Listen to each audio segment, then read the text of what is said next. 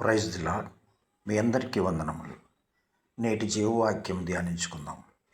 మీ యందు దయ చూపవలెనని యెహోవా ఆలస్యం చేయుచున్నాడు, మిమ్మల్ని కరుణింపవలెనని ఆయన నిలువబడి ఉన్నాడు.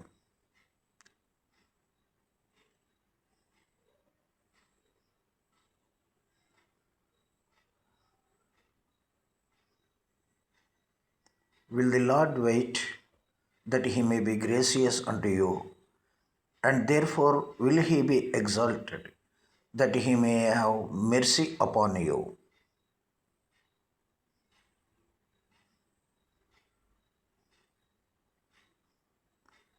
तो भी यहोवा इसलिए विलंब करता है कि तुम पर अनुग्रह करे, और इसलिए ऊंचे उठेगा कि तुम पर दया करे.